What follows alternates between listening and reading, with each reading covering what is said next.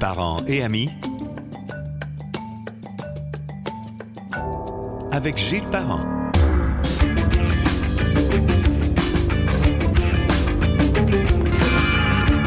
Bienvenue sur Parents et Amis. On nous retrouve sur les principales plateformes. Évidemment, le vaisseau amiral, c'est toujours gillesparent.com où vous pouvez nous écrire, nous envoyer vos suggestions, des commentaires. C'est toujours agréable d'avoir des nouvelles de vous autres. Ça me rappelle une époque où c'était une chose quotidienne, courante. Mon invité est un drôle de pistolet, sans que ce soit un des membres de Sol et Gobelets. Je le considère depuis plus de 20 ans comme un ami radiophonique qui m'a souvent écrit pour me donner des commentaires, des suggestions, me parler de mon métier, exprimer l'intérêt qu'il a toujours eu pour la communication et pour les médias. Lui, c'est un médecin spécialiste, cardiologue, spécialisé en greffe cardiaque. Il a dirigé pendant plus de 10 ans le service de cardiologie de l'hôpital Laval. Lui, c'est Bernard Quentin. Bonjour, Bernard. Bonjour, Gilles. Comment ça va? Ça va très bien. Avec un petit peu de COVID, mais ça va très bien. Ah oui, la COVID t'a finalement atteint? Oui, ça a pris 2 ans et quelques, mais j'ai été rattrapé la semaine dernière. Là. Ça se passe quand même très bien. Là. Je suis content. C'est la COVID. Je suis juste banni de mon hôpital. La COVID des jeunes qu'on appelle, donc qui frappe moins fort. La version Legault. Oui, effectivement. Très content qu'on puisse se parler en balado. Ça fait un petit bout de temps. J'ai dit aux gens qu'on s'est écrit, tu m'as écrit. D'ailleurs, je me posais la question, puis je vais la poser parce qu'on est en balado, puis on a le temps de jaser en masse. Cette passion-là pour les médias et la radio, te rappelles-tu d'où ça vient? Je pense que ça vient de mon cousin. Tu connais mon cousin probablement, qui est Christophe, et celui qui appelle toujours avec toutes les chansons. OK, celui qui est aveugle, c'est ça? Christophe? Oui, c'est ça. Donc, oh mon Christophe, Dieu! Quel homme sympathique. OK, je savais pas. Quel homme sympathique. Ouais, il nous a fait skier souvent, Bernard, parce que lui, il nous battait tout le temps. Oui, hein? Ça, il prenait 2 notes, là, puis il était capable de te dire c'était quoi la chanson, quasiment. Des fois, j'ai l'impression qu'il faisait semblant de pas savoir. Bon, on se donnait l'impression qu'on était meilleur que... Mais écoute, c'était un phénomène. Puis c'est vrai que c'est un maniaque de radio. Je savais pas que vous étiez dans la même famille. Mais c'est ça. Quand on était jeune, en fait, je passais mes étés à Saint-Nicolas, à côté de chez lui, sa maison. Puis naturellement, Christophe passait beaucoup de temps à écouter la radio. On écoutait CFLS 124. 124, là, c'est 70 assez jeune. Oui, c'est ça. Alors, il a toujours eu une espèce de passion pour ça, Christophe. Donc, on a toujours un petit peu écouté la radio.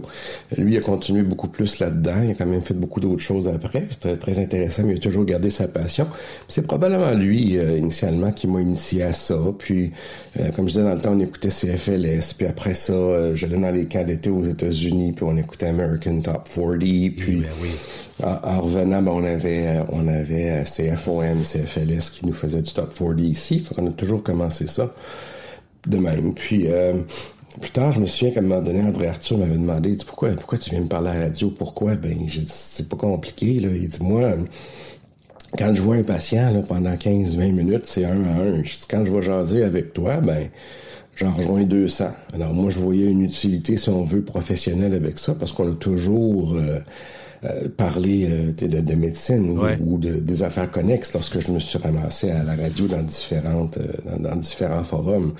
Alors, moi, je voyais une belle façon là, de rejoindre les patients, mais c'est sûr qu'il y avait une passion de la radio avant. Moi, c'est un petit peu... j'aimais bien ce que Ghislain Morancy écrivait il y a quelques années. La radio, c'est ce qui se passe entre les chansons. Puis oui. c'est vrai. C'est vraiment ça. Là. Moi, c'est ça que j'ai aimé toujours. La portion parler, la portion où est-ce qu'on va. La radio actuellement m'inquiète un peu en ce sens que et je regarde ma fille, eux autres, mes filles, ça écoute pas la radio. Quel âge ont-elles? Autour de 20 ou plus vieux un peu? C'est ça. J'en ai une de 20 puis j'en ai une de 24. Okay. Ou 24 dans un mois. Les autres, sa déclinaison de l'écoute, c'est loin, c'est souvent loin de la radio, c'est plus Spotify, leur musique à eux, là. Ils font leur propre programmation, hein. Exact. J'en ai une qui prend tout sur YouTube, j'en ai une qui est plus sur Spotify ou Apple Music, et puis je sais pas comment la radio va faire pour rallier cette génération-là. Il y a quelque chose, c'est un gros défi. Puis en même temps, probablement comme tu aimes les médias, Bernard, tu as dû savoir que les gros noms américains qui étaient tannés de se faire dire quoi dire puis comment le faire, plusieurs sont sortis de la radio traditionnelle, ayant un nom très connu, ont sorti leur site Internet puis font du podcast.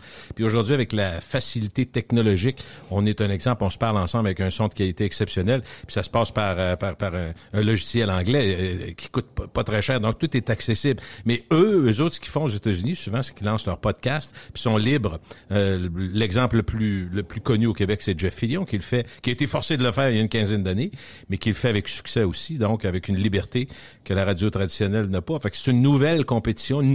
On dit une compétition, mais les radios traditionnelles sont obligées de faire un peu de podcast. Fait que on sent que la façon de faire, l'offre, la flexibilité et de l'écoute et de la diffusion va rendre les choses étonnantes. On est une période de mouvement. Mais on perd le médium de proximité. Vrai. Ça, il se passait quelque chose, on écoutait la radio, là, maintenant il se passe quelque chose, on va sur Internet en espérant que les sites c'est le fun. Ouais. Ça arrive. On l'a réglé. C'est toujours de la sollicitation.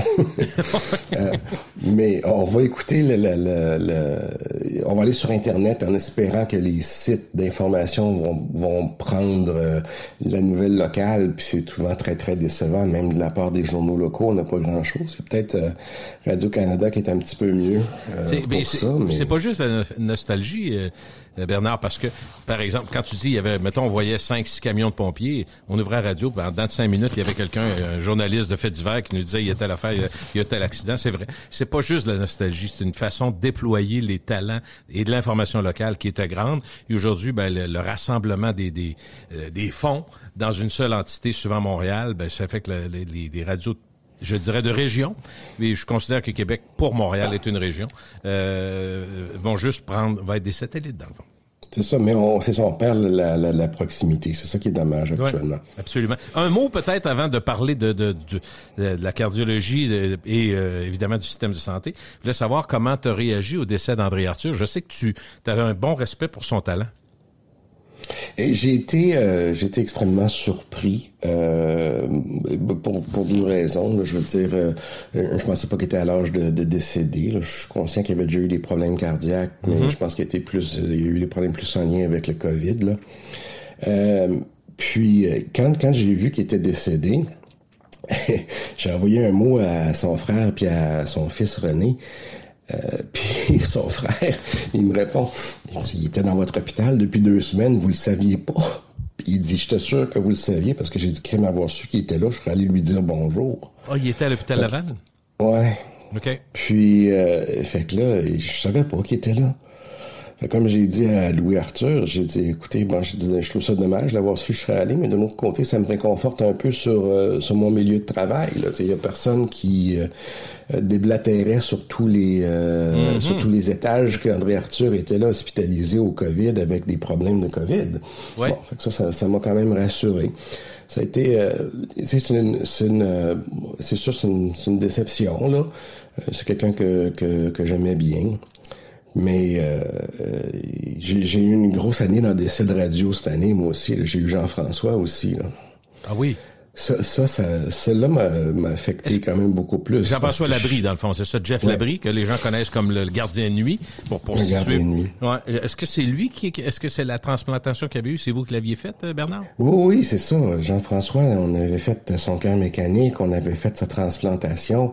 On se fait depuis des années, puis on est en train d'évaluer, voir si on pourrait pas organiser une greffe rénale parce qu'il était rendu avec une des complications qu'on a souvent en greffe. C'est l'insuffisance rénale, donc il était rendu en dialyse. Puis Jean-François, on voulait faire les évaluations, avec des examens à faire, puis Jean-François, il disait potentiellement, je sais qu'il peut y avoir des complications des examens.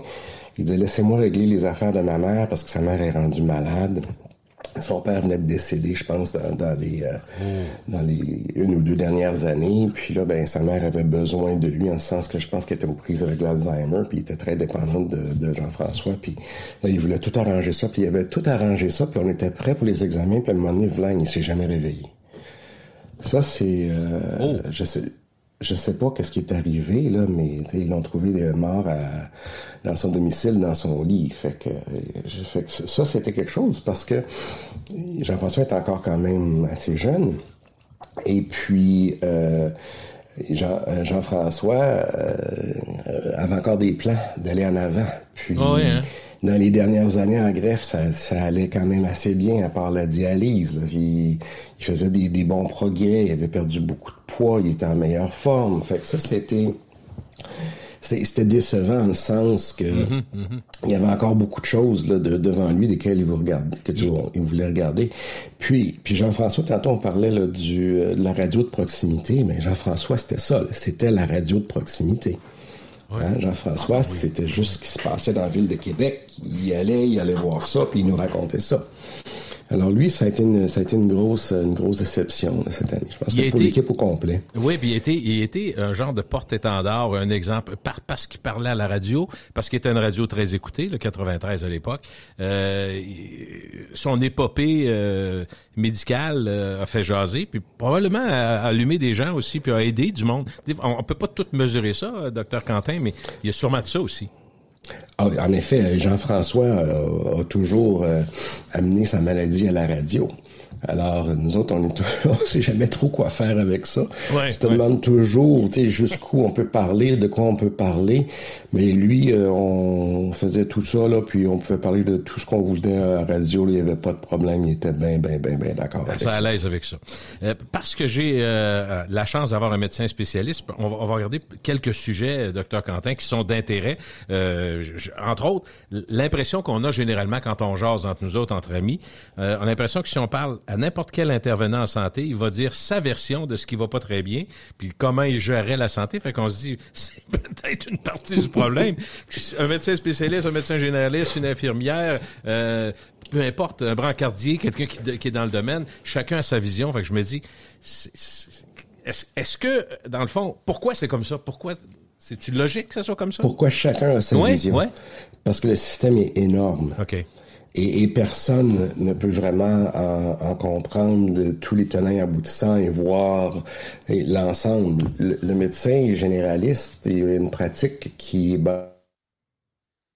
bureau. On leur demande certaines activités qu'ils appellent particulières, qui vont être à l'urgence ou en hospitalisation, de différentes choses. Ils ont des activités particulières à faire pendant un nombre d'années.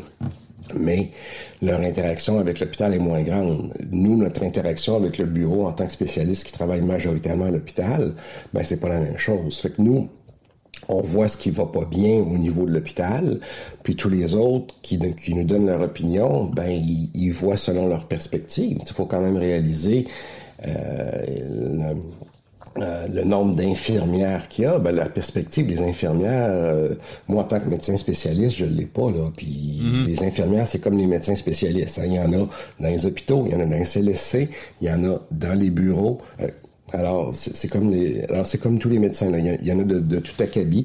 Puis donc chacun a la perspective sur ce qu'il voit. Puis il y a tout l'aspect communautaire, là, je pense à Québec, là, le SABSA, là, la clinique là pour justement aider en proximité dans Saint-Roch. Là. Alors tu sais, ça c'est un aspect que ni nos collègues en bureau, ni nous qui sommes en hôpital, sur lequel on a une bonne perspective, parce que c'est du travail de longue haleine avec des gens qui sont difficiles à rejoindre, puis même les psychiatres sont peut-être pas tout à fait aussi versés sur ce qui se passe dans la rue. Il y a des psychologues aussi qui font partie du système de santé. Il y a tout ça. Oui. Toutes sortes de choses. Chacun a sa perspective. Ça, c'est clair. On a comme l'impression, entre autres avec la COVID, quand elle s'est présentée, que on connaît pas ça, mais l'impression qu'on a, c'est qu'aussitôt qu'il y a quelques dizaines d'admissions nouvelles, ce qu'on entend, c'est pas tellement la COVID est très grave, tout le monde est très malade, mais on apprend que rapidement les hôpitaux sont débordés. Fait que là, pour le grand public, c'est un gros questionnement. Ben voyons donc, il me semble qu'il n'y a pas tant de cas que ça pour que tout soit débordé. Fait que là, on se met à faire à peu près ce que tout le monde espère faire sans avoir les compétences. Moi, je ferais ci, moi, je ferais ça. Fait, est-ce que vous voyez ça de la même façon aussi, l'arrivée de la COVID et les hôpitaux débordés rapidement? Le problème qu'on voit Actuellement, là, si on regarde la COVID actuellement, là, parce que la COVID au début, il y a une réponse qui a été faite, je pense que la réponse était adéquate, là, mais après ça, la COVID s'est modifiée, puis nos réponses sont pas devenues adéquates. On a bon, les chiffres du gouvernement, en tout cas, c'est pas clair là, comment ça sort, à un moment donné, ils vont dire, comme aujourd'hui, il y avait comme, mettons, 2000 quelques hospitalisations, je sais pas. Le nerf de la guerre, là, le vrai chiffre qui est important, c'est les soins intensifs. Okay. Parce que 2000 patients dans le réseau de santé là, au Québec, on est capable d'accommoder ça n'importe quand. N'importe quand. Okay. Le nerf de la guerre en ce moment, c'est tout simplement les soins intensifs. Là, je regardais tantôt, il y a 60 patients étiquetés COVID aux soins intensifs actuellement au Québec. De ceux-là, il y en a seulement 30 qui sont là pour le COVID. Mm-hmm. Par exemple, là, moi, j'ai été déclaré positif au COVID samedi. Là, on est rendu mardi. Si j'entre aux soins intensifs parce que je me fais un pneumothorax, ben, je vais entrer dans les statistiques comme étant un COVID aux soins intensifs, mais je suis pas rentré à cause du COVID. Comprends. Alors, le nerf de la guerre, c'est ces patients-là. Donc, la capacité de l'hôpital, elle est là, elle est bonne. Si on parle en termes de lits, il n'y a aucun doute. D'ailleurs, dans les hospitalisations générales, à peu près 30% sont causés par le COVID, puis l'autre, c'est des patients avec COVID. Nous, on le vit depuis quelques mois. C'est que le patient rentre pour un infarctus, puis on le dépiste, puis hop, tout à coup, ben, il y a le COVID. Mais il est quand même bien. Il n'y a pas de symptômes respiratoires ou quoi que ce soit. Okay. Puis c'est pas ça qui a causé l'infarctus.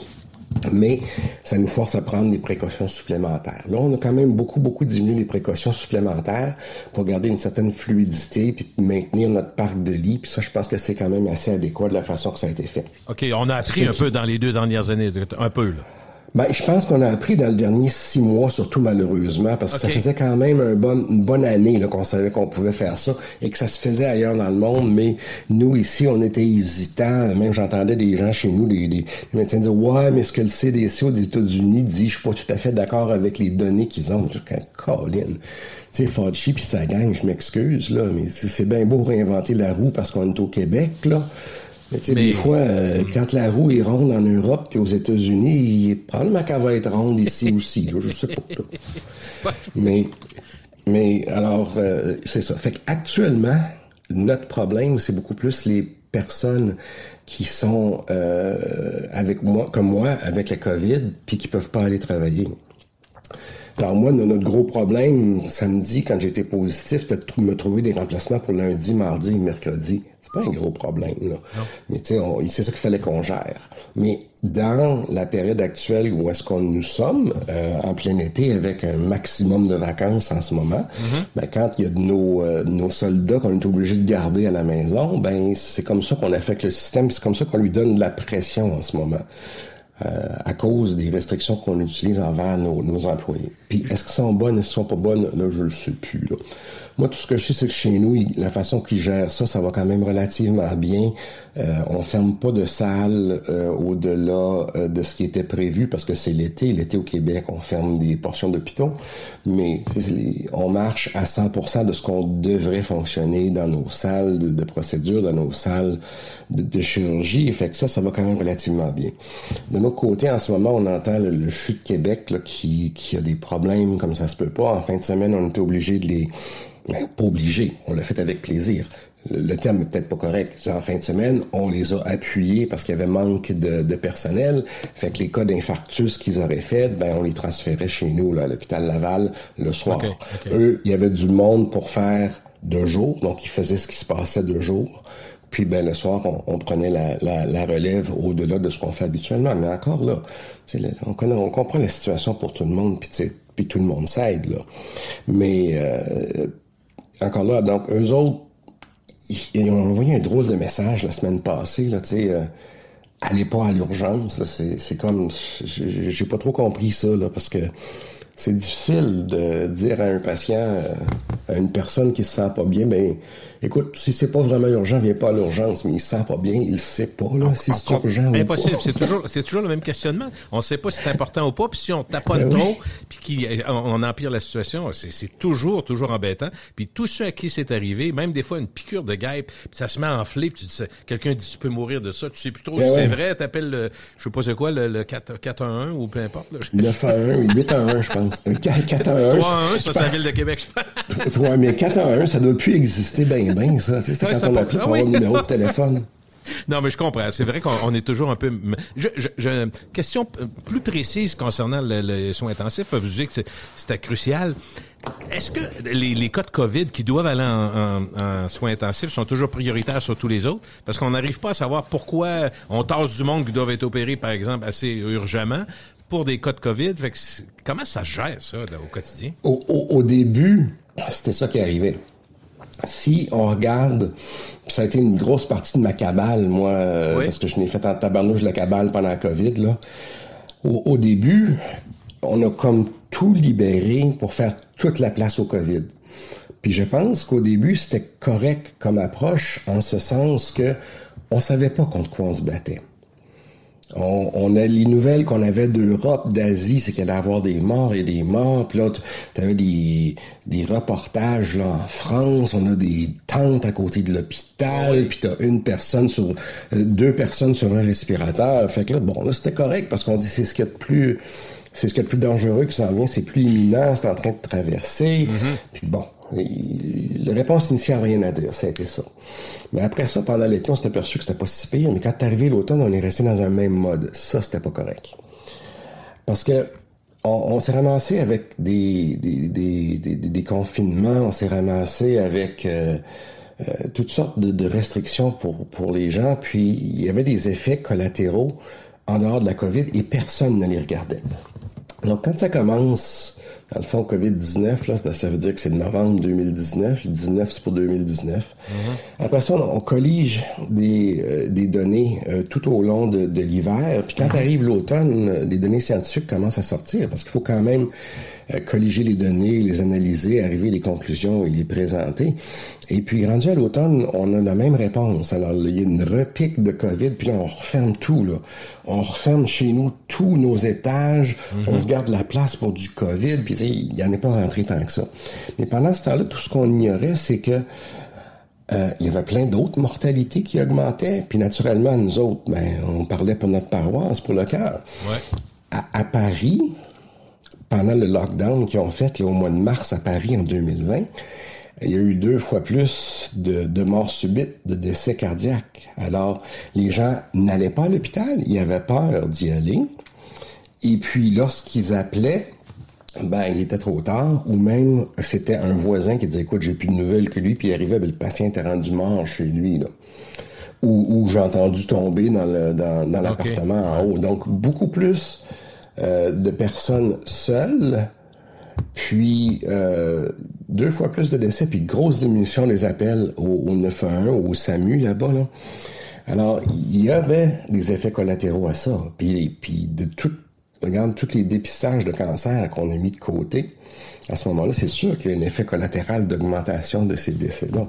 Je pense que rendu à l'automne, quand on savait la morbidité que ça causait, puis qu'on savait l'excès de mortalité que ça causait dans toutes sortes d'autres pathologies, on n'a pas mis, du moins en tout cas chez nous, on n'a pas mis en perspective ces deux choses-là. Et puis on a continué à agir comme si le plus gros ennemi c'était le COVID. Oui, il faut en tenir compte le COVID, il faut s'en occuper. Oui, il faut le traiter. Oui, il faut s'en occuper. Mais on a beaucoup trop délaissé tout ce qui était les autres maladies au détriment du COVID. Oui, ça a été, puis c'est un questionnement. Là, l'étonnement, je dirais l'étonnement, parce que même les médias, le grand public, on pensait, tu sais, il y a 2 affaires qui nous étaient venues en tête, c'est quand arrivait l'été 2020-2021, c'était moins pire. Là, on arrive au 2022, puis wow, là, c'est pas ça du tout. Et on se rend compte que la lassitude, le fait que les gens soient tannés, le gouvernement est tanné, puis Je me demandais, j'allais oser le dire, mais je le pense, fait que je vais le dire. L'élection qui s'en vient au provincial, je suis sûr que ça va teinter les décisions. Ça devrait pas, là, mais on a plein de champs d'action qui devraient pas être teintés par d'autres champs qui prenons les États-Unis avec la séparation des pouvoirs. On a compris que ça peut être assez compliqué. Fait que moi, j'ai de la misère à croire qu'il y a une séparation totale entre la santé puis le politique, mais ça, c'est un autre débat. Si vous voulez en parler, Dr. Quentin, on peut y aller. Mais... oui, mais ça, c'est important, cet aspect-là. Ben oui, c'est important. C'est très, très important. Puis, je suis certain qu'on se rejoindra pas. En ce sens que la santé publique, c'est quelque chose qui est naturellement très important, très utile, puis c'est une science qui est plus difficile, puis c'est une science où est-ce que les données probantes sont plus difficiles à acquérir, puis sont plus longues, puis bon. En tout cas, mais il reste qu'on a des experts en santé publique qui arrivent avec des recommandations. Là, je comprends très bien tout le débat, là, que les gens aiment pas que le directeur national de la santé publique soit un sous-ministre, donc soumis au gouvernement. Mais il faut réaliser là, que la santé publique, elle doit intervenir au niveau de la population en général. Fait qu'il n'y a aucun directeur de santé publique qui a vraiment les outils, le pouvoir de mettre en action ce qu'il aimerait qu'on utilise comme action, tu sais. Ouais. Ça lui prend une entrée au gouvernement, ça lui prend un levier au gouvernement. Je pense que dans la crise actuelle, le problème a beaucoup plus été un gouvernement qui n'écoutait pas la santé publique. Je pense que ça a été beaucoup plus ça, le problème. Que la santé publique ait des entrées au gouvernement, c'est parfait. Mais il faut que le gouvernement écoute aussi la santé publique. On a vu la dame de Montréal qui a dit, nous autres, on n'a jamais recommandé de fermer les restaurants. Ouais, c'est ça. Ça a pris... Puis...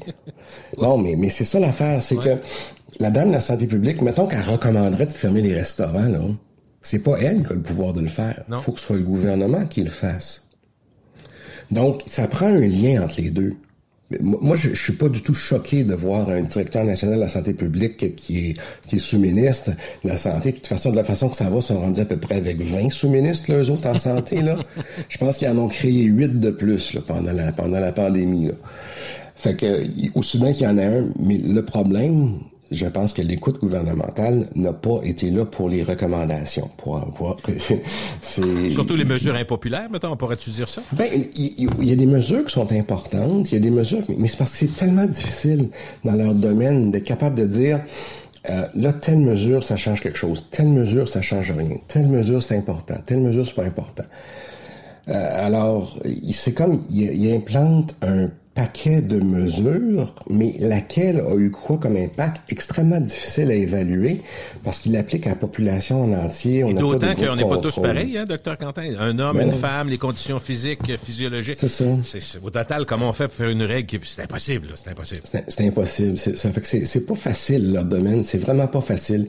Puis encore là, moi, je suis pas choqué là, d'un lien avec le gouvernement. Je pense au contraire que c'est essentiel. Mais j'aime ça l'entendre parce qu'on sait pas, nous autres, on n'est pas... Moi, je suis content de savoir qu'il y a une bonne... Je peux pas dire que vous parlez pour tout le monde, Dr. Quentin, mais de voir qu'il y a plusieurs médecins, des gens du monde de la santé qui trouvent qu'ils sont assez bien représentés en ce qui concerne la science qu'eux autres exercent.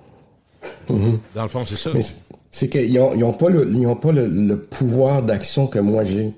Moi, quelqu'un vient, je me dis, il a besoin d'aspirine, je vais lui donner de l'aspirine. La santé publique, il dit, ma population a besoin d'un confinement. Je suis pas sûr que s'il passe ça aux nouvelles à 5 heures le soir, peut-être Dr. Arruda ou Dr. Boileau maintenant, là, qui arrive avec ça, je suis pas sûr. Non. c'est pas sûr. Est-ce que, de toute façon, je comprends qu'au fil de la pandémie de 2 ans et plus, on a appris dans la gestion, dans votre système à vous, dans votre façon de faire, il y a ça. Mais un des modèles qui semble être, je sais qu'en Asie, on l'a mis en place, dans les pays scandinaves, on en parle puis on est en train de le développer. Je sais pas si ça peut s'appliquer, mais je l'ai entendu, j'ai lu là-dessus, je trouvais que c'est une bonne idée. Sachant que la COVID risque d'être là, le COVID ou la COVID risque d'être là pour un bout de temps, est-ce qu'on pourrait envisager, à votre avis, d'un bon œil, compte tenu de tout ce qu'on vient de dire depuis une trentaine de minutes, d'avoir des cliniques spécialisées 100% dédiées à la COVID pour éviter d'embourber ou de mêler les patients dans les hôpitaux? Comment dire? Bon, la COVID, en fait, je pense que c'est non-genré. Mais... Allons-y comme ça. Oui, va être là. Je sais pas jusqu'où ça va aller. On a une grosse vague là, quand même mondiale actuellement qui est assez contagieuse, mais Dieu merci, qui est pas très très morbide ou mortelle. Ça, à un moment donné, un virus qui fait ça, il va se brûler. Là. Il va y avoir un phénomène de burn-out, puis ça va redescendre. Des cliniques, je dirais de virus, ça peut être COVID, mais il faut pas oublier l'influenza. Ah, les autres, ouais, ok, les autres. Ouais. La grippe. L'influenza aussi, qui a toutes sortes de problèmes comme ça. Le virus respiratoire syncytial aussi, qui nous cause différents problèmes. Puis oui, quand il y a des actions qui sont dédiées vers certaines bactéries, vers certains virus, il y a des bénéfices. Je regarde dans les hôpitaux, il y a plusieurs années, quand on s'est dit, ouais, les problèmes de Clostridium difficile, on va les regrouper sur une unité. Ben, à ce moment-là, on a réglé beaucoup de problèmes de diarrhée puis de mortalité dans les hôpitaux. Fait que je vois pas pourquoi des cliniques spécifiques à gauche puis à droite à l'extérieur pour les problèmes justement là viraux infectieux qui nous surviennent de façon saisonnière, ça fonctionnerait, c'est certain. Après ça, il y a toute leur histoire de la COVID longue, là, mais moi, je pourrais aussi vous présenter l'influenza longue, là. C'est des virus là, qui sont multisystémiques, puis quand tu l'as, là, ça prend toujours 1 mois, 2 mois là, avant de récupérer complètement, puis ça va être un petit peu plus long. Mais des cliniques dédiées à ça, certainement, désembourbent le système, puis moi, je verrais ça d'un très, très, très, très bon œil. Puis c'est avec l'avantage qu'on a avec le COVID, c'est qu'il y a tellement eu de science qui est sortie là-dessus depuis 2 ans, ben ça nous donne un certain arsenal. Ben beaucoup de science qui est sortie, malheureusement peu de traitements encore. Puis l'accessibilité au traitement pas toujours aussi facile là, qu'on aimerait. Là. Des fois le gouvernement nous met des bâtons dans les roues, mais ça c'est plus inhérent au fait qu'il a décidé qu'il payait les médicaments. C'est que le jour qu'il a décidé qu'il payait les médicaments, il commence à nous dire comment pratiquer. Ça c'est une petite source de frustration moi, dans ma pratique personnelle bien souvent. Techniquement, si vous avez, docteur Quentin, un patient qui a la COVID et un problème cardiaque pressant, est-ce qu'il faut régler la COVID avant? Non, c'est le problème cardiaque en premier. Toujours en premier, OK. Oui, parce que souvent là, le COVID va être le COVID va être on est rendu là. Ben oui. Ouais, c'est ça. Donc va être un épiphénomène. Le patient va arriver avec un infarctus. On va appliquer des précautions pour le COVID. C'est comme on a une salle de nouvelle salle, nous autres d'hémodynamie, qui a été construite pendant la pandémie ou à un moment donné dans le tournant, au début de la pandémie. Puis ben là, quelqu'un a pensé à l'hôpital et dit « Hey, on va en faire une salle à pression négative de façon à ce que s'il y a des cas d'infection et tout, on va pouvoir les faire là. » Fait qu'on va prendre cette précaution-là. On va aller faire ces cas-là dans des salles spécifiques avec des systèmes de ventilation adaptés pour protéger le reste de l'hôpital, protéger les intervenants et tout ça. Mais le problème principal demeure, il y a le COVID, là. Puis le patient de l'autre côté qui est là, qui va venir pour le COVID, oui, on va traiter ça en premier, mais malheureusement, notre arsenal thérapeutique est est encore relativement limité. Puis dans tous les virus, là, on n'a jamais eu beaucoup de médicaments là, qui étaient là, wow, ça fonctionne autant que des antibiotiques pour certains types de pneumonie. Là. Dans les infections virales, on a beaucoup plus de difficultés à les contrôler, à les juguler avec des antiviraux. Fait qu'en COVID, il commence à en avoir un petit peu, peut-être un petit peu plus que les autres, mais on l'a approché de toutes sortes de façons. On a donné de la cortisone, qui est dans le fond un anti-inflammatoire, parce que ces infections-là, qu'est-ce qu'elles font? Elles font une réponse systémique là, d'inflammation. Fait qu'en calmant la réponse inflammatoire, ben on réussit à protéger les autres organes, puis la personne peut mieux passer à travers ça. On a essayé des anticorps, puis il y a 7-8 formulations d'anticorps qui existent sur le marché. Ils ont toute leur utilité, mais quand arrivent des nouveaux variants, ben ils sont peut-être un petit peu moins efficaces, puis là, faut arriver avec une nouvelle combinaison. La combinaison in à la mode en ce moment, combinaison d'anticorps s'appelle le Evusheld. Fait que, on commence à la donner aux patients qui sont un petit peu plus un peu plus à risque, là, mais donc les virus mutent tellement que c'est pas toujours facile là, de les combattre. Et juste là-dessus, on parle de vie, il va falloir vivre avec. Là, ça a été la phrase de l'année. Il faut vivre avec la COVID, parce qu'on, de toute évidence, avec ce qui se passe dans les derniers mois, bon, oui, elle devient très répandue sans être si sévère. Mais je me disais, là, on se pose, nous, le grand public, qui nous sommes fait vacciner pour plusieurs à 2, 3 ou 4 doses. Là, on ne sait plus trop parce qu'au départ, on se faisait dire, c'est bon pour une couple de mois, 4-5 mois. Là, finalement, on compte plus les mois, mais on se dit, mais non, quand est-ce que j'ai eu ça, cette affaire-là? Février, ça doit pas être bien bon. Fait que là, on est dans une période de flottement, là. Est-ce que c'est mieux qu'avoir rien eu ou si vraiment ça perd beaucoup de son efficacité, les vaccins? Ben, c'est parce que les gens oublient, le but du vaccin, là, c'est pas juste de ne pas avoir l'infection. On espère que le vaccin va protéger contre une infection, mais le vaccin va permettre à l'organisme de déclencher beaucoup plus rapidement une réponse immunitaire, puis d'aller rechercher dans ses cellules mémoire ou encore de façon circulante les anticorps nécessaires à neutraliser. Le but important du vaccin aussi, c'est d'empêcher la maladie grave. Ça, les gens ont tendance à l'oublier. Encore une fois, quand les gens regardent les chiffres, ils vont dire 2000 patients hospitalisés aujourd'hui. Moi, je vous dis 30 patients aux soins intensifs pour la COVID. Retourner dans les premières phases de cette maladie-là, c'était toujours 10 à 15% des patients qui étaient aux soins intensifs. Fait qu'on en aurait 250, on en aurait peut-être 300 patients aux soins intensifs pour COVID. Donc, les vaccins fonctionnent. Okay. Dr Dontigny, ils ont fait quelque chose d'extraordinaire quand ils ont commencé la vaccination en début 2021. Eux autres, ils ont fait, puis j'ai pas compris pourquoi le Québec avait pas fait au complet, mais vraiment juste la ville de Québec. Dr Dontigny a regardé les patients les gens qui ont été vaccinés la première fois au début, là, dans janvier là, à mars. Puis il nous est arrivé au mois de juin avec un chiffre hyper intéressant. Des 200 000 personnes vaccinées, puis ces personnes-là n'avaient eu juste qu'une dose du vaccin. De ces 200 000-là, une seule ne s'est retrouvée aux soins intensifs. Wow! Fait qu'il faut jamais oublier cet aspect-là du vaccin.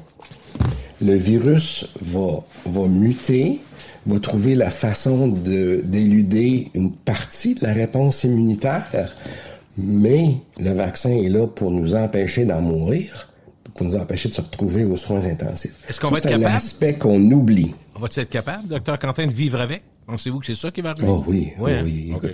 Comme on regarde, là, nous autres, en greffe, là, il y a un médicament, un virus là, qu'on check beaucoup, qui s'appelle le CMV.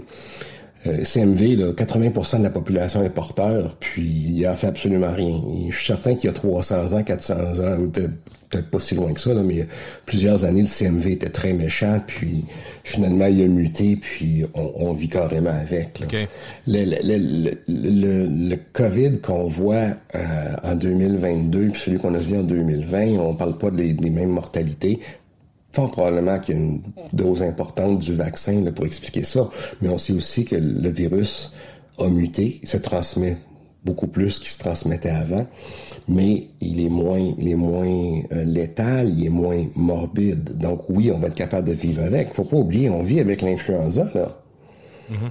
Tu sais, l'influenza, il revient à chaque année, là. Puis juste dire que les taux de mortalité d'influenza puis COVID sont comparables. On n'en parle pas, on l'oublie. Mais ils sont comparables. Donc, on vit avec l'influenza. On va être capable de vivre avec l'autre. Il est juste plus contagieux, mais on va être capable. Est-ce qu'elle va prendre d'autres doses, à votre avis, Dr Quentin? Certain. Oui, on va continuer. Certain que ça va être des doses de Une fois ou deux par année, annuelles. ça se peut, là. Hein? Une fois ou deux par année, il faut penser à ça. Comme pour l'influenza, c'est ça, on va dire, les gens à risque, on vous le propose, ça va être 65 ans et plus, les gens avec des comorbidités, puis on vous le propose de façon régulière est-ce que ça va être aux 6 mois, est-ce que ça va être aux 12 mois, je sais pas. La seule chose, c'est que le COVID, c'est un virus ARN, puis quand il se reproduit, il fait beaucoup d'erreurs, puis donc il y a beaucoup de mutations qui surviennent tout le temps, ce qui est un petit peu moins le cas avec l'influenza, puis on est capable d'arriver avec des vaccins qui protège d'une année à l'autre parce que le virus n'a pas tant changé que ça, là. C'est juste en influenza, ils regardent quelles seront les souches dominantes puis ils font les vaccins en conséquence parce qu'on en a pour plusieurs souches. Mais COVID, la façon dont il se reproduit puis toutes les erreurs qu'il fait dans sa reproduction, ça permet l'émergence de plusieurs variants, mais la technologie qu'on a actuellement pour les ARN messagers dans les vaccins, ce qui est intéressant, c'est qu'on a isolé la protéine que le virus utilise pour se lier aux cellules, puis c'est ça la cible du vaccin. Fait que le virus, il peut pas tant que ça modifier sa protéine parce qu'il sera plus capable de se lier, puis il sera pas dangereux, puis il va mourir.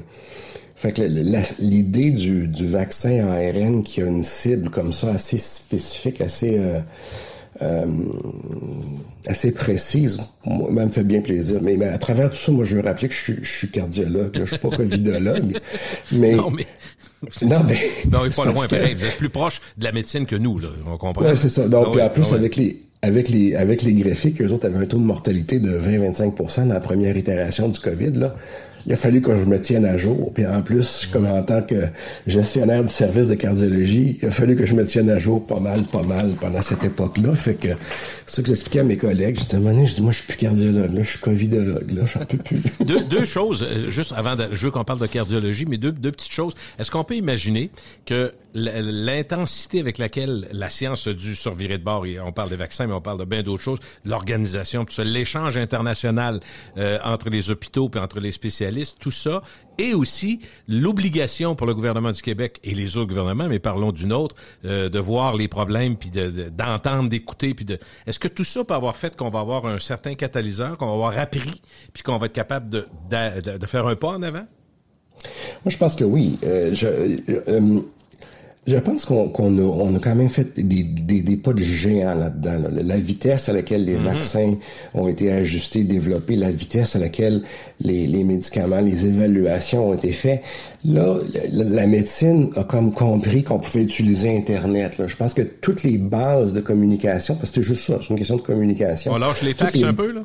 Ouais, non. Non, même pas. Même pas. Mais donc ça on a vu là l'importance de l'échange d'informations et la vitesse où ça peut aller. Je regarde New England Journal of Medicine, qui est la plus grosse revue là, scientifique en médecine. Tout ce qui était COVID, c'était accès gratuit à tout le monde tout le temps, là. Et donc, là, chez moi, mon abonnement, puis tout le monde a super bien réagi, puis je pense que s'il arrive un autre problème, ben ça devrait arriver là encore une fois là. OK. Ça, je suis pas inquiet. Je pense qu'on a enfin utilisé ce que bien les compagnies utilisaient déjà, puis c'est juste qu'on s'est aperçu, waouh, ça peut fonctionner en médecine, là. C'est une bonne nouvelle. C'est une bonne nouvelle pour la suite. C'est ça. C'est ce qu'on veut. C'est que ça. Bon, moi, je pense que oui. Ouais. On dit dans un drame ou quand quelque chose de gros arrive, ils sont capables au moins d'arriver avec des solutions puis de changer des choses en permanence. C'est bien. Mais c'est ça. C'est exactement ça a été ça. Puis c'est comme disait l'autre, hein. À gang, on sait tout. On y revient, c'est sûr. Mais c'est ça qui est arrivé pareil. Je veux dire, la gang s'est mis ensemble, puis on a trouvé des solutions. Puis rapidement, hey, ça c'est ma solution, je vais l'appliquer, patati patata. L'aspect qui va falloir regarder, c'est que différents gouvernements, dont le gouvernement canadien, faisaient surtout la promotion des médicaments génériques, puis quand on aurait eu besoin de producteurs locaux de ces médicaments-là, de producteurs locaux de ces vaccins-là, ben on n'avait plus parce qu'on a laissé aller ça partout sur la foi de je sais pas trop quoi, de coûts et de tout. Puis ça veut dire qu'il va peut-être falloir que les gouvernements réexaminent leur politique du toujours le moins cher. Puis, voir un petit peu plus loin là, que le budget qui arrive au mois d'avril, puis de penser que certains investissements en valent la peine parce qu'on aurait pu se revirer de bord. Le vaccin d'Oxford, là, qui avait été développé là, par AstraZeneca, en Inde, ils ont dit, envoie-nous la recette, là, nous autres, on est prêts. Nous, on était... Puis il y a eu une entente là, avec en Inde, puis ils l'ont fait, ils l'ont produit, le vaccin. Et c'est ça. L'autre problème qu'on a vécu, cependant, dans cet échange de données-là, c'est que, puis ça va être difficile, mais c'est les effets secondaires ont été mis complètement hors de proportion. Peu importe les vaccins, ils ont tous des effets secondaires. Puis, on a juste entendu parler. Le vaccin là, d'AstraZeneca, le gouvernement du Canada a fini par le bannir. Il y en a un qui n'a jamais rentré parce qu'il y avait eu un petit peu de thrombose.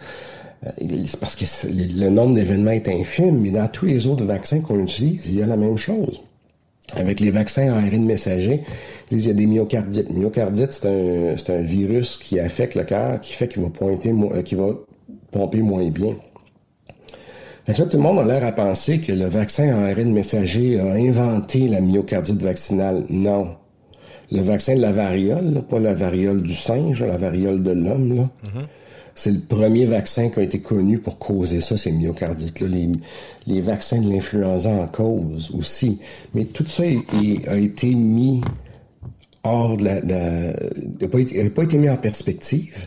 Puis il y a toute une partie de notre arsenal thérapeutique qu'on est obligé d'enlever sur des problèmes que je qualifierais de médiatiques. Oh oui. Parce que la proportion de ces événements-là, par rapport aux bénéfices qu'on en retirait sur une base populationnelle, ne justifiait pas la couverture qu'ils ont dans les journaux. C'est un petit peu comme Québec solidaire. Ils n'ont pas beaucoup de votes, mais ils ont 50% des journaux. C'était la même affaire, là. Parlons un peu de cardiologie, Dr Quentin, c'est quand même quelque chose que vous connaissez assez bien. Moi, j'ai une question plus large au départ, c'est je me posais la question, est-ce que les avancées spectaculaires dans le traitement des maladies du cœur, qui sont vraies depuis des dizaines d'années, est-ce que ça, c'est pas comme tel un couteau à deux tranchants? Si ça va pas, je sais qu'on va me soigner parce que la science est rendue là. Puis si on me soigne, je vais être guéri, je peux repartir en peur. Fait que je me disais, est-ce que c'est trop gros ce que je dis comme façon de voir? Ben, en fait, c'est tout le concept de oui, on s'améliore tout le temps, puis les gens sacent de la prévention. Au fond, c'est un peu ça. Là, oui, ça résume très bien. Oh, oui. Ça c'est.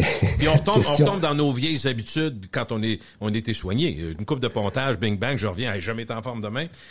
Qu'est-ce qui dit que je vais tout faire pour préserver cette forme-là et non pas revenir à mes anciennes insouciantes habitudes, peut-être?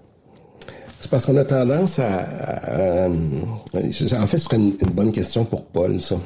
Ah oui, Paul Poirier, ben oui, le préventionniste, ben oui. Oui, c'est ça. Fait qu'avec une intro de même, ça se tiendrait pour 2 heures. Ça fait 2 heures facile.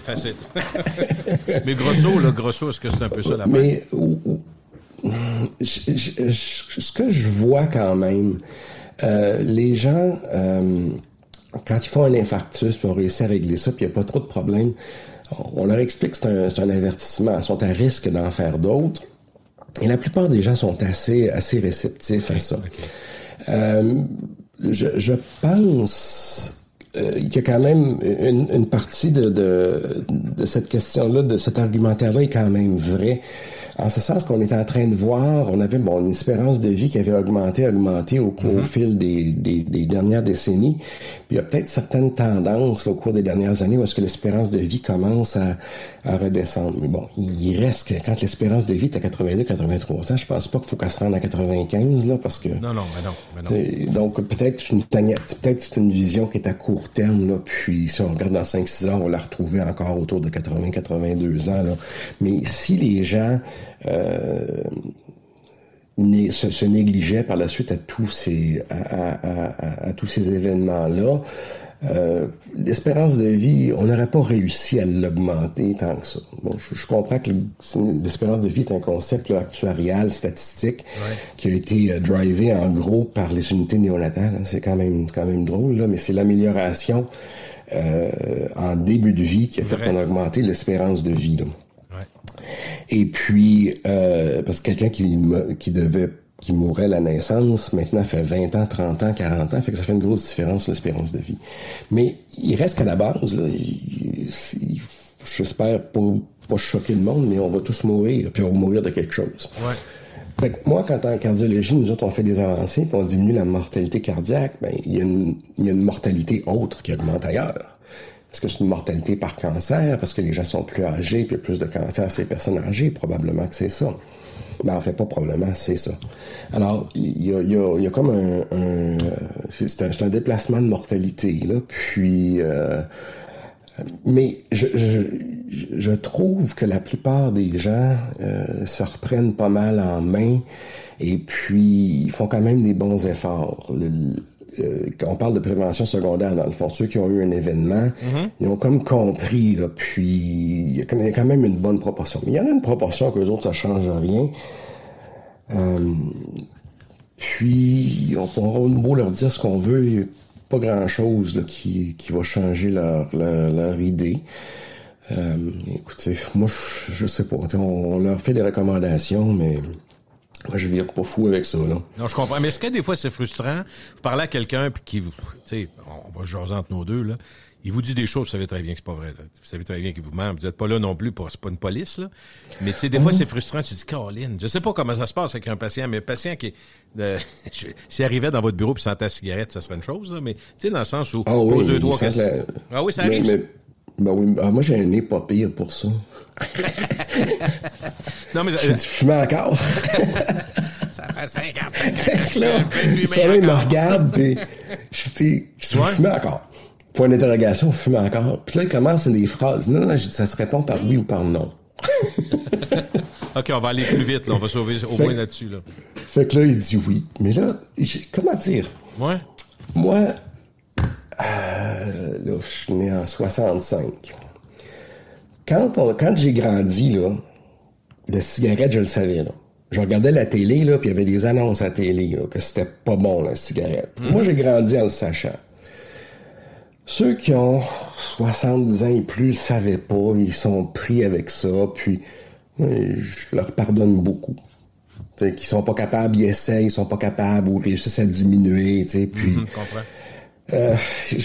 honnêtement, les patients, là, ils nous mentent pas.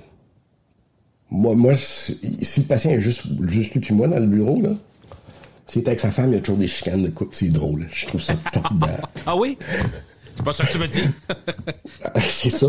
Ça va bien. Puis là, la madame a dit, ben non, ça va pas bien. Lui, il dit, ben oui, moi, je vais bien. Mais ça, c'est drôle, là. Fait que tout ça pour dire qu'en général, les patients ne nous mentent pas. Okay. Ils réalisent que on pose ces questions-là pour essayer de les aider, pour trouver des solutions. Puis, si, on parle de l'exemple de la cigarette, s'ils fument, essayer de trouver des solutions pour les aider à diminuer ou à cesser de fumer. Fait qu'ils savent, ils nous mentent pas. Moi, en tout cas, moi, j'ai pas l'impression que je me fais mentir, là. Puis, de mon côté, il faut que tu prennes ta part du deal si tu veux pas te faire mentir. C'est qu'ils te donnent la vérité. Comme dit ma fille, tu le juges pas. Mais non, tu commences pas à y faire ses tirs et dire tu peux faire il y a moyen de l'approcher, d'expliquer ouais, c'est peut-être une partie puis les patients ils savent. Des fois le patient vient de voir là, il est essoufflé là, puis il fume 3 paquets de cigarettes par jour. Il dit mon médecin m'envoie ici pour être sûr que c'est pas le cas, mais il dit crime, sa cigarette, il dit ça fait 30 ans que je fume 3 paquets par jour, tu sais bon. Fait que les patients le savent. Fait que là c'est une question de les rejoindre puis de travailler ensemble, là. Ouais. Ah oui. Ils nous mentent pas. En tout cas, moi c'est mon principe. Je sais pas. C'est sûr qu'il y en a qui doivent pas nous. Ah oui, je comprends. C'est sûr qu'il y en a qui doivent nous mentir.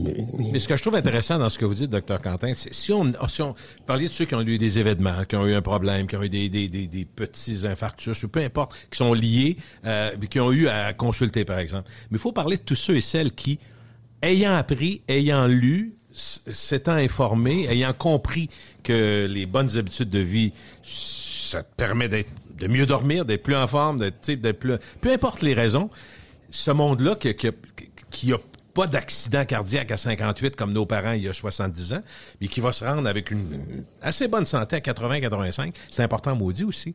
Ceux que vous voyez pas, là, mais qui font des efforts, c'est une masse. Oui. Puis, en fait, moi, je le vois indirectement. Okay. Quand on avait 18-20 ans, là, c'est là que les pères de nos amis se ramassaient pontés à 40, une génération qui c'était les œufs, bacon, la cigarette, on ne bouge pas, puis j'ai une télécommande, j'ai même plus besoin de me lever, là. Leurs enfants ont eu des problèmes cardiaques, mais 15 ans plus tard que le père, puis beaucoup moins grave, beaucoup moins, un malaise beaucoup plus circonscrit au niveau du cœur que ce qu'on voyait chez leurs parents. Fait encore une fois, pour moi, c'est toutes ces affaires de prévention-là, je pense que ça a fonctionné. C'est sûr. C'est une bonne nouvelle que ça ait fonctionné. Oui, mais comme je leur dis, tu peux pas te sauver de ta famille. Et si dans ta famille, il y en avait eu de bonheur, puis là, t'en as pas, ben garde, tant mieux, sois content. Même si tu as des bonnes habitudes, tu pourrais avoir des problèmes parce qu'il y a un substrat génétique, il y a un substrat familial qui est là. Mais moi, je suis content, là, je le vois moins fort puis plus tard. Ça, c'est une bonne nouvelle aussi. Alors, une question pratico-pratique, je suis pas sûr que je suis le seul à me poser la question. Quand on va voir, moi j'ai un examen annuel depuis 20-25 ans que je fais avec mon médecin, puis là, il me parle toujours de bon puis de mauvais cholestérol. Docteur Grenier, Docteur Grenier, oui, absolument. Puis non, mais il est pas en retraite? Non, il m'a pas parlé de retraite. Par contre, il m'a parlé qu'il avait commencé à faire de la moto. Il était content de partager ça avec moi. J'ai dit, faut faire attention, je sais que c'est dangereux. Mais tout ça pour dire que depuis l'âge de 40 ans, parce qu'on avait de l'athérosclérose dans la famille, il me dit en prévention, il me donnait la petite dose, puis là, on continue avec ça depuis quelques années. Puis en marchant tous les jours, en faisant un peu plus attention, parce que je suis un gars qui est plus corpulent, j'ai réussi à maintenir des bonnes façons de faire, puis j'ai des résultats pas pires. J'étais bien content. Mais lui, il me parlait de bon et mauvais cholestérol. Moi, j'avais le goût de vous poser la question, ça sert à quoi le cholestérol? Qu'est-ce que ça fait, le cholestérol? Parce que le cholestérol, tout le monde entend, il dit, j'ai du mauvais cholestérol, trop de gras, trop de ci, trop de ça. Mais c'est quoi le cholestérol? Qu'est-ce que ça fait?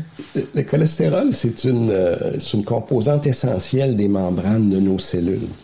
Alors, nos cellules, c'est en le fond, ils ont un mur autour, là, qu'on appelle une membrane, qui a, entre autres, du cholestérol dedans pour assurer une certaine fluidité, permet les échanges entre l'intérieur de la cellule et l'extérieur de la cellule. C'est ça que ça fait, le cholestérol.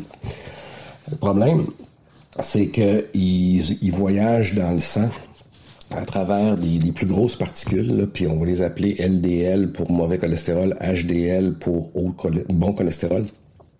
Ça veut tout simplement dire HDL, c'est High Density Lipoprotein, donc une lipoprotéine à haute densité. Donc là-dessus, il y a quand même beaucoup de cholestérol pour la grosseur de la particule. Puis le LDL, c'est Low Density Lipoprotein, donc une lipoprotéine, quelque chose qui véhicule du cholestérol à plus faible densité. Celle-là est plus collante sur les artères. Celle-là, elle va faire des blocages au niveau des artères. Donc, elle est étiquetée de mauvais cholestérol. Puis l'autre, elle fait un petit peu plus de ménage, est capable d'enlever le cholestérol en circulation, puis permettre au foie de l'excréter dans la bile. Donc, éventuellement, ça va sortir dans les selles. Mm-hmm. Donc, il y en a un qui est comme un transporteur, comme un autobus, là, qui arrête à différentes places dans le vaisseau sanguin, puis il laisse un peu de cholestérol, change à une autre place, laisse un peu de cholestérol. Puis le HDL, lui, c'est comme le vidangeur. Là, il refait les mêmes places, là, puis il ramasse le cholestérol, puis il le ressort. Okay. Fait que, grosso, là, ça peut ressembler à ça. Ça m'explique bien, là. Idéalement, faut éviter d'avoir celui qui est bas, dans le fond. On veut plus de vidangeurs que d'autobus. Dernier point, dernière question, parce que je veux pas qu'on fasse 4 heures comme certains sont capables de le faire, bien que ça va très bien. Je voulais qu'on parle de la relève. Les étudiants, est-ce que vous en voyez? Est-ce qu'on veut être un cardiologue en 2022? Est-ce qu'on a le goût d'étudier là-dedans? Je sais pas. Je me posais la question de la relève. Est-ce que c'est un problème? Est-ce que le syndicat des médecins spécialistes empêche rend ça difficile? Est-ce que les examens sont trop durs pour entrer? Des choses qu'on entend. OK, bon. Mais ça, ça m'intéresse parce que, bon, dans le fond, le syndicat des cardiologues, mais moi, je suis le vice-président du syndicat des cardiologues, l'association des cardiologues. On a la bonne personne, c'est bon. Fait que, donc, oui, ça va intéresser les gens, naturellement, à devenir en cardiologie. Il faut comprendre que la cardiologie, c'est une spécialité qui est extrêmement, je vais dire, dynamique, puis on a un potentiel thérapeutique qu'on voit pas nécessairement dans toutes les spécialités. En ce sens que on met des pacemakers, on fait des interventions pour brûler des arythmies malignes, on met des défibrillateurs pour s'occuper des arythmies malignes, on a des cathéters pour aller ouvrir les artères, on a des cathéters pour aller remplacer des valves, on travaille de concert avec les chirurgiens cardiaques pour les gens qui ont besoin d'une chirurgie, que ce soit pour des pontages ou remplacer une valve. Donc, certains sont faits par les chirurgiens, des fois, c'est fait par des cardiologues sans avoir nécessairement la nécessité d'ouvrir le thorax.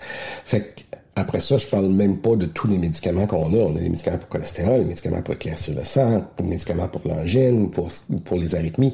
Donc, il y a quand même un éventail de pratiques qui est quand même très, très, très varié, très intéressant.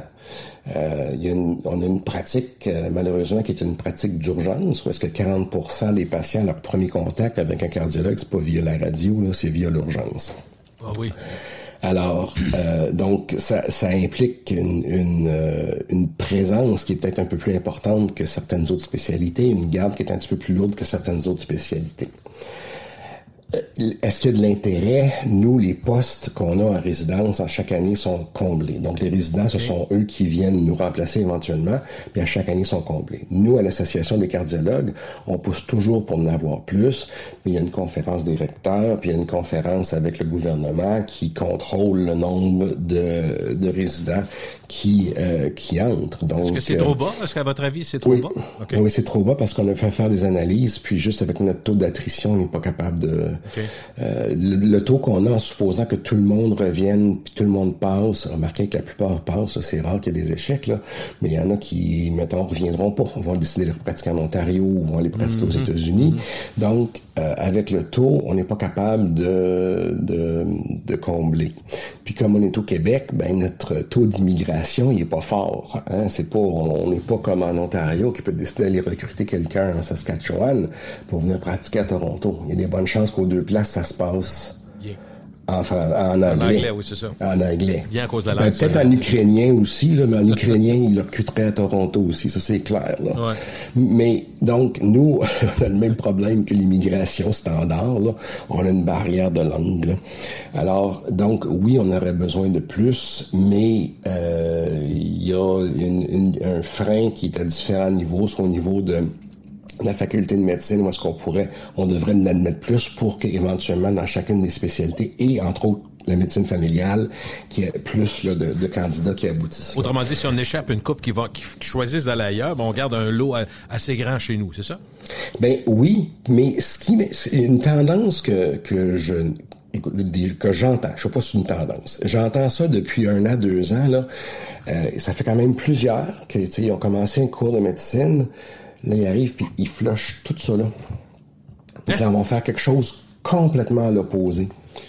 Puis ça c'est une grosse perte sèche là pour nous là, parce que quand la personne commence à l'externat ou en résidence, donc il a déjà fait 5 ans, 6 ans de formation, décide non, moi ça marche plus, ben j'aurais pas un autre candidat qui est prêt là. Tu sais, je peux pas dire écoute, tant mieux, tu seras heureux en journalisme.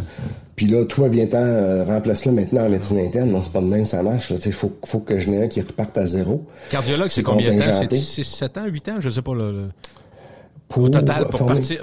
un cardiologue, là. Cardiologue... au moins 7 ans, d'après moi? 7 ans. Chirurgien, une autre année ou deux, peut-être? C'est 7 ans. Il y a au moins 4 ans il y a au moins 4 ans du cours de médecine. Mm-hmm. Puis après ça, non, plus que 7 ans, là. C'est 4 ans de cours de médecine, 2 ans d'externat, puis là, on est rendu à 6 ans. Ouais. Puis après ça, c'est 6 ans de résidence. C'est 12 ans. OK. Fait que c'est une vocation même avant même de commencer. Ben, évidemment, rendu là, j'imagine, à 7, 8, 9, 10 ans, on est déjà pas mal au cœur de l'action. Est-ce que je me trompe? Oui. Okay. Après 6 ans, là, on est dans les hôpitaux. Après 4 ans, on est dans les hôpitaux comme externes. Mm-hmm. Puis après 6 ans, ils sont dans les hôpitaux comme résidents, qui est un travail qui est rémunéré. Mm-hmm. Et que la nuit, t'es comme souvent tout seul au monde. Là. Ça fait que t'es pas mal dans l'action. C'est sûr qu'on les supporte. S'il y a quelque chose, ils nous appellent, puis on rentre, quoi que ce soit. Mais partie de leur apprentissage, c'est que sur la garde, puis à l'urgence, ils sont là. Il y a des collègues plus expérimentés qui les aident, puis nous autres au-dessus. Aussi au besoin. Fait que le système est quand même bien fait, mais c'est tellement long que s'il y en a qui abandonnent au niveau de la résidence, on est rendu à 7 ans de formation, peu importe la spécialité dans laquelle il veut aller, ben c'est un gros déficit. Puis honnêtement, là, j'en ai entendu 3-4 des histoires de même cette année, j'avais jamais entendu ça avant. Puis ça me tracasse un peu, ça m'inquiète un peu. Parce qu'on entendait, docteur Quentin, souvent, c'est très difficile de rentrer en médecine, c'est pas facile, mais quand on est rentré, la plupart sortent. Ils se rendent au bout. C'était ça qu'on entendait, hein? Oui, moi je le décrivais différemment. Je dirais que c'est très difficile couler en médecine. Il y avait toutes sortes de mécanismes pour s'assurer que leur système de sélection fonctionnait. Ouais. Mais avec les générations actuelles, ça a pu l'air être comme ça. Là. On parle beaucoup là, de l'attitude là, des jeunes de la vingtaine qui est différente de ce qu'on connaît. Je dis pas qu'elle est mauvaise, je dis qu'elle est différente de ce que nous on connaît, et ça nous met un petit peu plus à risque d'avoir justement ces abandons tardifs là qu'on n'est pas capable de remplacer. Puis il faut se poser la question à ce moment-là sur tout le système d'entrée. Peut-être que c'est lui qui est pas correct actuellement, mais comment exposer quelqu'un à ce que ça va vraiment être dans 6-7 ans alors que ils se font applaudir, coaxer, t'es premier de classe, t'es première de classe, puis t'es bon, t'es bonne, vas-y. J'en ai vu une couple dans les amis des enfants de mes amis qui faisaient des demandes à médecine juste pour se prouver qu'ils étaient capables d'y aller, puis après ça, ben ils refusaient. Au moins ils refusaient parce que bon, finalement c'était pas ça qu'ils voulaient faire, mais c'est une drôle de mentalité. T'as l'impression que le système en ce moment ne favorise pas nécessairement ceux qui voudraient y aller pour les bonnes raisons. Là. Okay. Et peut-être qu'ils doivent se questionner. Est-ce que vous avez des représentations par spécialité ou même les médecins généralistes pour voir comment se fait l'admission, puis qu'est-ce qu'on peut faire pour être... Évidemment, ça pourra jamais, je pense, la médecine être bord ouvert, tout le monde rentre facilement là-dedans. C'est pas ça qu'on veut. On veut quelqu'un qui est capable de faire le travail. Non, c'est ça. Ça se compare pas à n'importe quel métier. Là.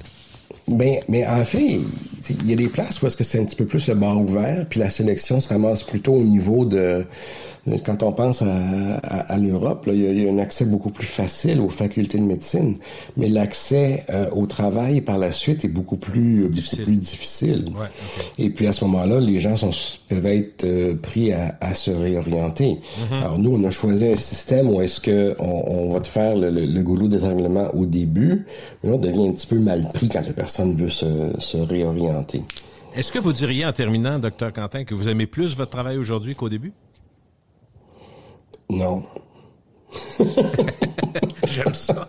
J'aime ça comme réponse. Ben, j'ai l'impression que c'est une passion. Mais écoute, en parler, c'est une chose. Le vivre, c'est autre chose. Mais pourquoi non? Pourquoi non? C'est... Premièrement, le gouvernement rend ma pratique difficile. Puis, au début, il était moins impliqué dans ma pratique, puis maintenant, il décide du type de médicament que je dois utiliser, chez quel type de patient. Il faut remplir plein de formulaires. C'est la paperasse. Okay, qui a plus de sens. On l'entend beaucoup des médecins. Beaucoup. Puis, tu sais, là, tu regardes le patient, tu sais ce qu'il a besoin.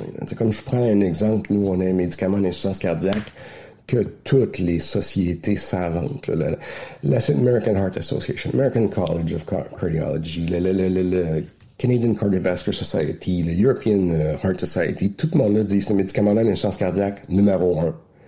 Ben, ici, là, il faut que je remplisse un formulaire, puis que le patient a eu tel médicament pendant 1 mois, puis là, j'envoie le formulaire, puis peut-être qu'il va pouvoir avoir le médicament. Ça me fâche parce que le gouvernement se substitue premièrement à moi, qui s'appuie sur juste les experts mondiaux en insuffisance cardiaque qui disent que c'est ce médicament-là qu'on devrait utiliser. C'est déjà pas mal. Hein? C'est déjà pas mal. Mais c'est ça. Mais c'est comme ça. Fait que là, ils ont décidé de payer les médicaments, puis là, ils décident en plus de l'utilisation. Ça, c'est un aspect qui est frustrant. L'autre aspect, c'est que à un moment donné, on regarde les listes d'attente, puis on dit, ben là, ça prendrait tel appareil. OK. Nous autres, on a eu chez nous un appareil là, pour la médecine nucléaire, pour aider au niveau de la cardiologie. Je pense que là c'est... On peut parler de 2 ans là, pour faire approuver par le gouvernement. Là. Fait que, c'est beaucoup de monde qui travaille. Beaucoup de monde qui travaille pour avoir cet appareil-là. C'est accordé en 2017, puis il est toujours pas en fonction. Et c'est ça qui me fait dire non. C'est pas quand je vois les patients. Et quand je vois les patients, quand je suis à l'étage, quand... Ça, c'est agréable. C'est hyper agréable. Mais c'est toute cette interaction avec un système de santé qui est beaucoup trop gros, qui a pas... c'est drôle ce que je vais dire là, hein. Il est beaucoup trop gros, mais il n'y a pas assez de gestionnaires. C'est parce que dans notre système de santé, on a beaucoup d'infirmières et de médecins qui sont gestionnaires, qui sont pas formés pour faire de la gestion. Puis ça, c'est un écueil. Ça, c'est un problème. Mais je regarde celui qui vient de prendre sa retraite, qui était au CIUS, Michel Delamarre, c'est un gestionnaire. Mm-hmm. Il était chez nous à l'hôpital Laval. Quand il était là, ça allait bien. Et il prenait notre opinion, il nous écoutait, puis il nous expliquait dans mon contexte de gestion, je ferais ça de même. T'sais, il nous montrait son aspect, puis nous autres, on lui montrait le nôtre, puis on réussissait quand même à bien avancer, puis j'aimais ça allait bien. Mais dans le système, il y en a pas beaucoup bien placés, haut placés, des gestionnaires. Il n'y en a pas autant qu'il devrait y en avoir, à mon avis, quand on regarde l'importance dans le budget de la province que représente la santé. C'est quand même 50% du budget, là. Alors, on a beaucoup de gestionnaires qui sont des infirmières, qui sont des médecins, beaucoup de cadres intermédiaires, les cadres intermédiaires s'arrêtent pas de pousser, puis la plupart du temps, c'est des infirmières. Il y a certainement de bonnes infirmières gestionnaires, mais la proportion d'infirmières qui sont dans les étages de cadre intermédiaire, ça m'intrigue. Je me dis, si c'était une profession qui menait tant que ça à la gestion, je comprends pas. Mais il y en a des bonnes. C'est pas ça que je veux dire. Mais je trouve que la proportion est trop grande. Puis des fois, tu te demandes pourquoi est-ce qu'il y en a tant que ça là, qui sont gestionnaires, mais tu t'aperçois que ça change aussi leur qualité de vie. Là. C'est plus chiffre de nuit, chiffre de soir. Là. T'es rendu de jour.